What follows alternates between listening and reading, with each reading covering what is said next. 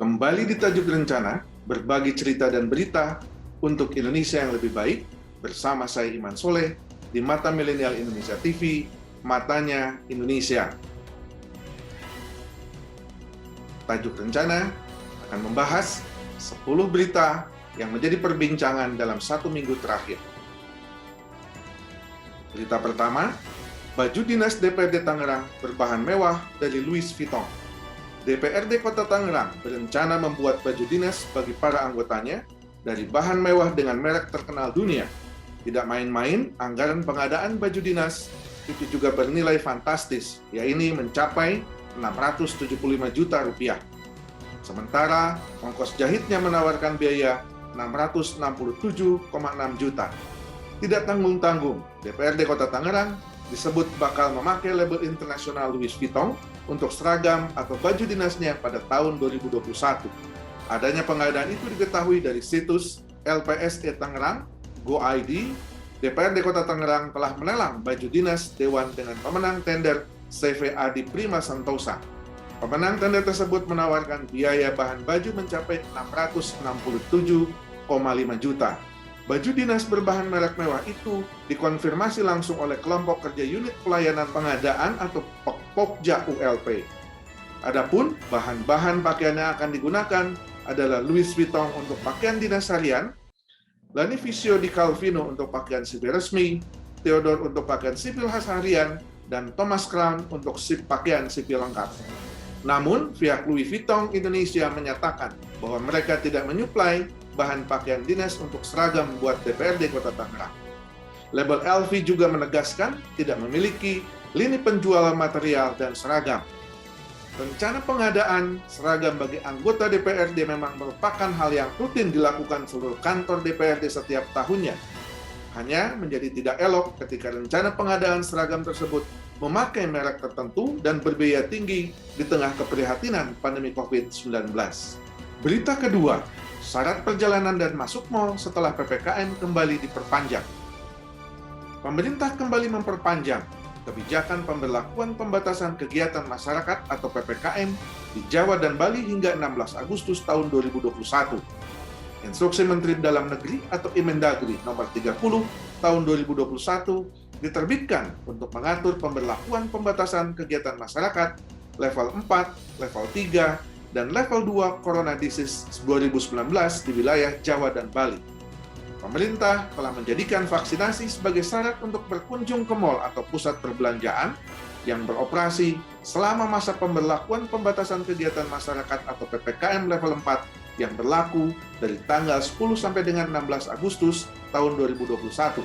Syarat vaksinasi COVID-19 bagi pengunjung pusat perbelanjaan atau mal dilakukan berdasarkan masukan pakar kesehatan. Penerapan ini bertujuan untuk menekan penularan COVID-19 saat pelonggaran PPKM level 4 di Jawa dan Bali. Pemerintah ingin masyarakat yang beraktivitas selama PPKM level 4 tetap sehat. Oleh karena itu, pemerintah akan kembali menggenjot program vaksinasi nasional serta memetakan daerah prioritas vaksinasi. Mengingat saat ini vaksinasi di seluruh daerah Indonesia masih belum merata. Saat ini pemerintah telah melakukan uji coba pembukaan mal di 4 kota, yaitu di Jakarta, Bandung, Semarang, dan Surabaya. Keempat kota tersebut diperbolehkan untuk membuka mal dengan maksimal 25% dari kapasitas.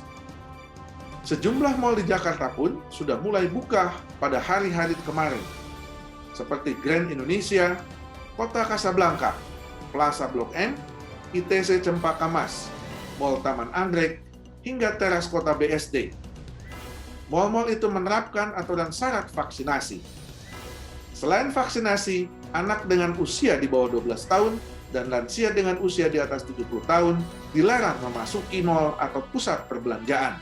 Bukan hanya sebagai syarat masuk mal atau pusat perbelanjaan, vaksinasi juga menjadi salah satu syarat penumpang pesawat di masa PPKM level 4. Penumpang yang sudah divaksin lengkap 2 kali bisa menggunakan hasil tes antigen. Aturan ini tertuang di dalam Instruksi Menteri Dalam Negeri Nomor 30 Tahun 2021 tentang pemberlakuan pembatasan kegiatan masyarakat level 4, level 3, dan level 2 Coronavirus Disease 2019 di wilayah Jawa dan Bali.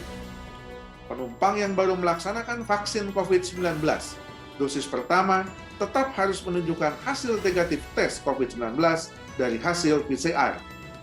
Tes tersebut dilakukan maksimal H-2 sebelum keberangkatan. Sementara, pelaku perjalanan domestik yang menggunakan mobil pribadi dan sepeda motor juga harus menunjukkan kartu vaksin. Pemerintah mensyaratkan pelaku perjalanan minimal sudah melakukan vaksin COVID-19 dosis pertama. Perlu diperhatikan, ketentuan ini hanya berlaku untuk kedatangan dari luar Jawa dan Bali atau keberangkatan dari Jawa dan Bali keluar Jawa dan Bali. Sementara itu, aturan ini tidak berlaku untuk transportasi dalam wilayah aglomerasi seperti Jabodetabek. Berita ketiga, prediksi Joe Biden, Jakarta akan tenggelam, termasuk Semarang. Publik belum lama ini diramaikan dengan adanya pernyataan Presiden Amerika Serikat Joe Biden yang menyebut bahwasannya ibu kota Jakarta berpotensi untuk tenggelam 10 tahun lagi. Pernyataan tersebut disampaikan Biden dalam pidatonya di kantor Direktur Intelijen Nasional Amerika Serikat Selasa 27 Juli tahun 2021 lalu. Menurut Biden, apabila pemanasan global terus terjadi, maka bisa berdampak pada mencairnya es di kutub sehingga permukaan air laut naik. Karenanya, menurut dia, tak menutup kemungkinan bisa saja 10 tahun mendatang Jakarta bisa tenggelam. Terkait dengan pernyataan Biden tersebut, Kepala Laboratorium Geodesi Fakultas Ilmu dan Teknologi Kebumian ITB, Heri Andreas menilai, sebenarnya yang saat ini perlu menjadi perhatian adalah adanya sejumlah daerah lain yang berpotensi tergenang selain Jakarta. Sementara itu, peneliti dari Kelompok Penelitian Gerakan Tanah, Pusat Penelitian Geoteknologi LIPI, Dwi Sarah mengatakan, kota-kota di Pantura seperti Bekasi, Indramayu, Pekalongan, Semarang maupun Demak merupakan daerah yang juga berpotensi mengalami genangan air laut sebagai dampak simultan dari amblesan tanah dan kenaikan muka air laut secara global. Untuk mengatasi permasalahan yang ada, maka dalam setiap pembangunan agar selalu memperhatikan daya dukung lingkungan bawah permukaan. Selain itu, pemerintah juga harus membantu mengurangi ketergantungan terhadap sumber daya air tanah dengan menyediakan sumber air permukaan yang lebih baik. Berita keempat, rencana booster vaksin Moderna untuk non-tenaga kesehatan. Vaksin COVID-19 Moderna di Indonesia saat ini hanya digunakan sebagai booster atau suntikan dosis ketiga untuk tenaga kesehatan. Dengan pertimbangan, tenaga kesehatan adalah kelompok paling rentan di tengah pandemi COVID-19, sehingga diberi upaya proteksi lebih. Namun kabar terbarunya, Kementerian Kesehatan kini tengah menyiapkan pemberian vaksin Moderna untuk masyarakat umum non-tenaga kesehatan. Sejauh ini, belum ada penjelasan lebih lanjut terkait kelompok masyarakat umum yang akan lebih dulu diberikan vaksin ini. Tak ada pertimbangan khusus terkait efikasi vaksin Moderna dalam rencana pemberian kepada masyarakat umum, melainkan hanya menyesuaikan stok yang tersedia di Indonesia. Belum lama ini, Kementerian Kesehatan juga mengeluarkan rekomendasi vaksinasi COVID-19 untuk ibu hamil. Mengingat wanita hamil memiliki resiko peningkatan derajat gejala jika terinfeksi COVID-19, khususnya pada wanita hamil dengan kondisi tertentu. Dalam surat edaran Kemenkes disebutkan, ibu hamil akan diberikan vaksin COVID-19 dengan merek Sinovac, Pfizer, dan Moderna. Beberapa ahli berpendapat justru bagi sebagian merek tertentu khususnya AstraZeneca tidak perlu diberikan sebagai booster atau vaksin ketiga bagi masyarakat umum.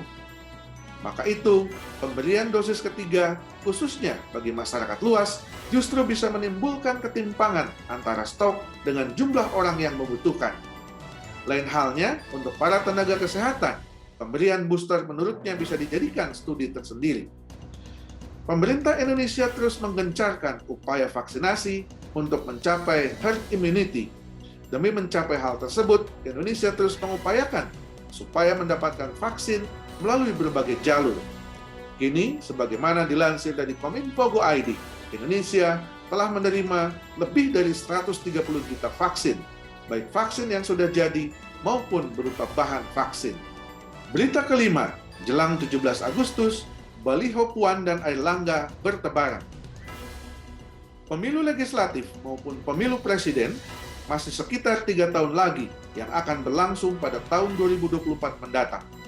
Tetapi, dinamika politik dan atmosfer kontestasi antar partai politik maupun masing-masing individu tokoh politik semakin terasa eskalasinya, walau pandemi COVID-19 belum menunjukkan penurunan hingga angka yang menggembirakan. Polemik yang mengarah pada perdebatan di tengah masyarakat dilakukan oleh partai-partai politik atau individu tokoh politik untuk saling meningkatkan elektabilitas dan popularitas melalui lembaga survei. Fenomena lain dalam hal kontestasi ini adalah maraknya pemasangan baliho bergambar tokoh politik dan logo partai politik di beberapa wilayah, terutama di pinggir-pinggir jalan strategis. Baliho beragam ukuran berjejal di pinggir dan di sudut-sudut jalan. Gambar besar wajah diri politisi dengan pesan-pesan klise berdampingan dengan pesan dan anjuran dalam rangka penanganan pandemi COVID-19. Ratusan, bahkan mungkin ribuan baliho bergambar wajah para politisi ini memang tak secara langsung berisi pesan atau ajakan terkait pemilihan. Namun tak bisa dipungkiri, aksi mereka menghambur-hamburkan uang ini adalah demi memperkenalkan diri terkait Pilpres pada tahun 2024. Bahkan, ada yang secara lugas menulis tahun 2024 di baliho dengan gambar diri politisi. Sejumlah politisi yang wajahnya terpampang di baliho-baliho, diantaranya Ketua Umum Partai Golkar Airlangga Hartarto, Ketua DPP PDIP Puan Maharani, Ketua Umum Partai Demokrat Agus Harimurti Yudhoyono, dan Ketua Umum PKB Muhaimin Iskandar. Ketiga politisi ini memang kerap masuk survei sebagai calon presiden potensial pada Pilpres tahun 2024. Misalnya, dalam survei lingkaran survei Indonesia atau LSI, Denny JA dalam survei yang dirilis pada tanggal 17 Juni tahun 2021, meski bukan yang teratas, nama Airlangga dan Puan Maharani masuk sebagai calon presiden potensial di tahun 2024. Meski demikian, peluang mereka untuk maju menjadi calon presiden atau calon wakil presiden di Pilpres 2024 tetap besar. Mereka merupakan pimpinan dan elit partai yang memiliki privilege untuk mewakili partai di gelanggang politik nasional, termasuk pemilihan presiden. Pemasangan baliho para politisi yang diduga akan berlaga dalam Pilpres tahun 2024 ini adalah cara partai politik mengenalkan dan menjajakan calonnya ke publik. Baliho dinilai efektif untuk sosialisasi dan memperkenalkan para politisi ini. Meski efektif meningkatkan popularitas, tak otomatis akan mendongkrak elektabilitas. Pilpres 2024 masih cukup lama, sehingga pemasangan baliho bergambar wajah para politisi ini dinilai terlalu dini. Jika ingin menarik simpati dari sibuk pemoles diri, para politisi ini seharusnya bekerja membantu rakyat mengatasi pandemi. Berita ke-6, Megawati versus Luhut soal Jokowi jadi komandan penanganan bencana. Polemik tentang siapa yang berhak memegang kendali dalam hal penanganan pandemi COVID-19 di Indonesia kembali terjadi. Kali ini, polemik muncul antara Presiden Republik Indonesia kelima Megawati Soekarno Putri dengan Menko Kemaritiman dan Investasi Luhut Binsar Panjaitan. Hal ini bermula ketika Ketua Umum PDIP Megawati Soekarno Putri meminta Presiden Joko Widodo turun langsung memimpin Komando Penanganan Bencana. Dalam kesempatan yang berbeda, Menko Bidang Kemaritiman dan Investasi Luhut Binsar Panjaitan menegaskan Presiden Jokowi merupakan panglima tertinggi dalam penanganan COVID-19. Pernyataan Megawati itu disampaikan dalam pelatihan mitigasi bencana gempa bumi dan tsunami di DPP PDIP yang disiarkan virtual pada Rabu 4 Agustus tahun 2021 yang lalu. Megawati awalnya bertanya terkait siapa yang memegang komando saat status tanggap darurat. Megawati mengatakan seharusnya Presiden Jokowi memegang komando langsung saat bencana melanda. Sebab, kata Megawati, hal itu merupakan persoalan luar biasa. Megawati juga menyinggung pemegang komando penanganan pandemi COVID-19. Megawati melihat saat ini Satgas dibantu TNI, Polri, dan BIN. Beberapa hari berselang, Menko Luhut Binsar Panjaitan berbicara mengenai Presiden Jokowi sebagai panglima tertinggi. Luhut menyebut dirinya dan Menko Perekonomian Airlangga Hartarto hanyalah komandan wilayah. Luhut menjelaskan, setiap kebijakan yang diambil pemerintah telah mempertimbangkan sejumlah aspek. Selain itu, juga mendengar masukan dari para ahli diakomodasi. Polemik antar tokoh terkait penanganan pandemi COVID-19 seringkali terjadi. Mungkin hal ini dianggap sebagai bentuk ungkapan keprihatinan daripada tokoh tersebut. Tetapi, ketika polemik itu terus berlangsung, hal ini akan berdampak pada kebingungan masyarakat dalam menghadapi pandemi COVID-19. Berita ketujuh, polemik penghapusan data angka kematian COVID-19. Di tengah kontroversi kebijakan PPKM yang terus diperpanjang, masih tingginya angka kasus harian COVID-19, serta optimalisasi program vaksinasi nasional, pemerintah melakukan langkah evaluasi yang mengejutkan terkait penanganan pandemi virus COVID-19 dengan menghapus indikator angka kasus kematian. Menteri Koordinator Bidang Maritim dan Investasi, Luhut Binsar Panjaitan, memutuskan untuk mengeluarkan angka kasus kematian dari indikator penanganan COVID-19. Alasannya, ditemukan sejumlah masalah dalam input data angka kematian. Menanggapi masalah tersebut, Ikatan Dokter Indonesia tak setuju dengan keputusan tersebut. IDI menilai harusnya data yang diberikan merupakan data harian, bukan akumulatif. Selain itu, IDI mengatakan seharusnya pemerintah memperbaiki kendala tersebut, bukan menghapus data kematian dari indikator penanganan COVID-19. Angka kematian adalah indikator penting dalam melakukan pemetaan atas perkembangan kasus pandemi COVID-19. Seharusnya, pemerintah membenahi data, bukan menghilangkan data kematian.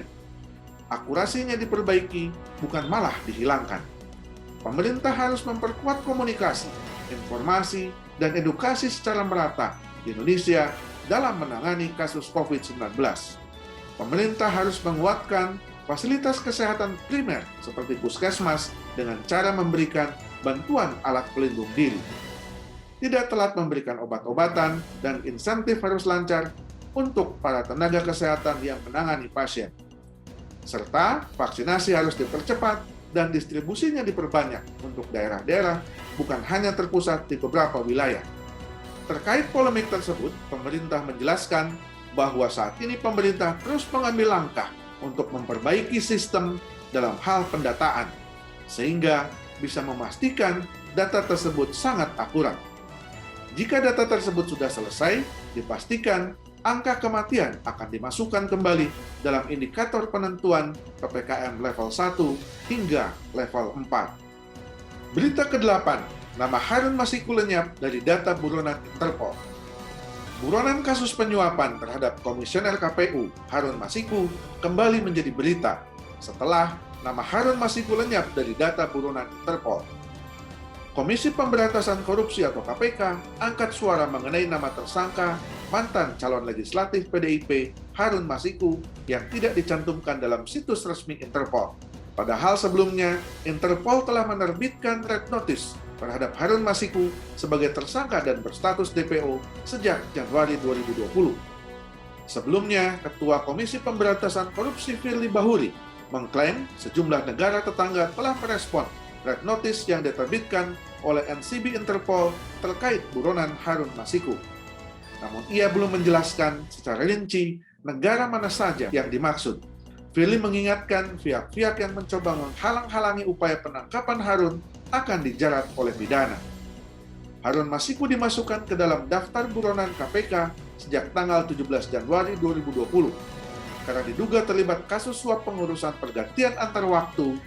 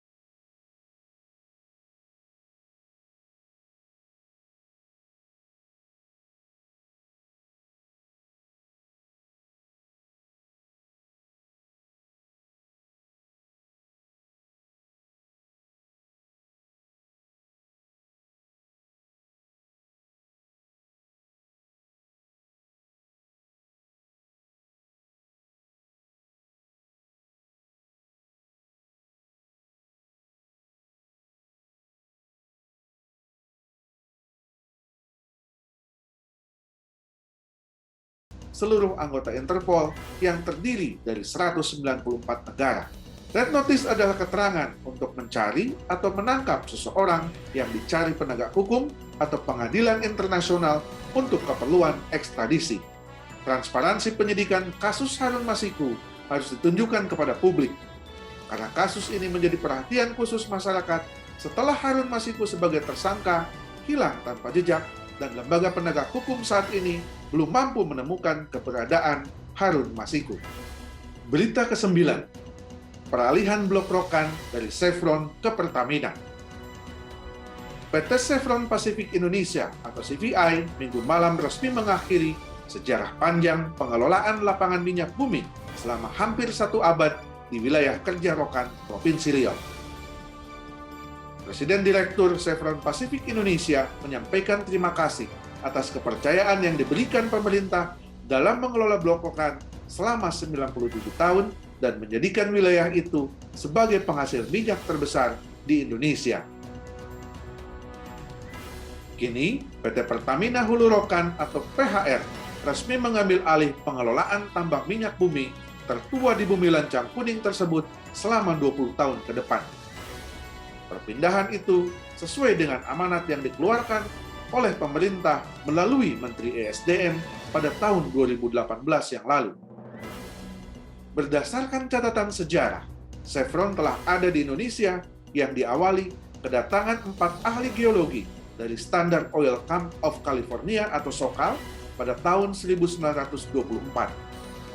Pada tahun 1930-an, SOCAL bekerja sama dengan Texaco yang akhirnya membentuk Caltex yang menjadi cikal bakal perusahaan Chevron Pacific Indonesia. Kegiatan pencarian migas yang dilakukan sejak era kolonial Belanda tersebut baru memberikan hasil usai penemuan lapangan duri pada tahun 1941, lalu disusul penemuan lapangan Minas pada tahun 1944. Kedua lapangan tersebut merupakan lapangan minyak terbesar dari 115 lapangan produksi di Blok Rokan yang saat ini dengan luas wilayah mencapai 6.264 km.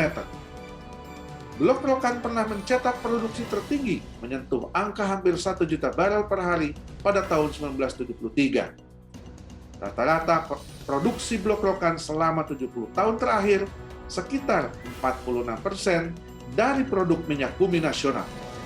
Kini, Blok Rokan menjadi salah satu tumpuan Indonesia dalam mendongkrak produksi minyak bumi sebesar 1 juta barel per hari dan 12 miliar kaki kubik per hari gas bumi atau BSCFD pada tahun 2030 nanti. Peralihan Blok Rokan dari Chevron kepada Pertamina adalah prestasi pemerintah untuk mengembalikan proyek-proyek strategis pertambangan setelah sebelumnya pemerintah menguasai saham PT Freeport. Penyerahan ini juga mengembalikan kepercayaan diri pemerintah dalam hal recovery ekonomi nasional dan membangun kemandirian industri pertambangan nasional. Berita ke-10, Lionel Messi jadi trending topik dunia berhari-hari. Mega bintang Lionel Messi membuat keputusan untuk pindah dari klub sepak bola elit dunia Barcelona ke klub sepak bola Prancis Paris Saint-Germain setelah tidak tercapai kesepakatan kontrak profesional dengan Barcelona. Sejak bergabung di tim utama Barcelona pada tahun 2004, Messi telah memenangkan lebih dari 30 gelar juara dan meraih penghargaan Ballon d'Or sebanyak 6 kali, terbanyak sepanjang sejarah sepak bola. Messi juga menyabet 10 gelar La Liga, 7 trofi Copa del Rey, serta juara Supercopa di Espana. Messi tanpa ragu menegaskan bahwa targetnya adalah memenangkan Liga Champions bersama Paris Saint-Germain atau PSG. PSG sendiri sejauh ini belum bisa memenuhi ambisinya untuk menjadi juara La Liga Champions. Pencapaian terbaik PSG adalah runner-up Liga Champions tahun 2020. Di musim ini, PSG mempunyai mimpi besar untuk bisa mengangkat trofi Liga Champions. Modal mereka untuk bisa juara Liga Champions bisa dilihat dari kehadiran beberapa pemain baru, yaitu Gianluigi Donnarumma, Sergio Ramos, Achraf Hakimi, Jorginho Wijnaldum, dan Lionel Messi. Walaupun punya mimpi besar menjadi juara Liga Champions bersama PSG, Messi mengakui bahwa ada faktor yang berperan di balik keberhasilan sebuah tim jadi juara Liga Champions. Perpindahan Messi dari Barcelona ke PSG membuat berita ini menjadi trending topik di beberapa aplikasi media sosial. Konten berita seputar perpindahan Messi antara kesedihan dan harapan dari para fans kedua klub menjadikan seorang Lionel Messi memang layak menjadi legenda sepak bola profesional dan modern. Tetap saksikan Tajuk Rencana bersama saya Iman Soleh di Mata Milenial Indonesia TV, Matanya Indonesia.